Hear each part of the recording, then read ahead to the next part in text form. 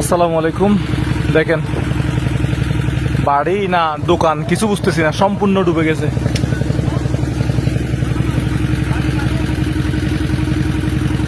অনেক দূরে যাচ্ছি ভাই মানুষ আনতে।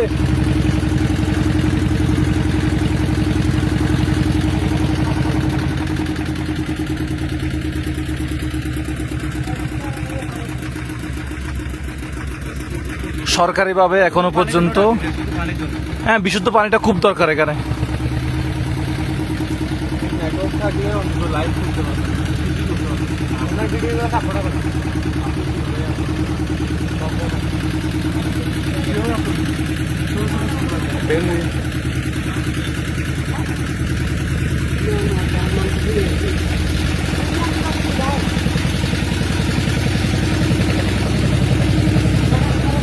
এখানে মানুষ পানি পাচ্ছে না, অথচ মানুষ কত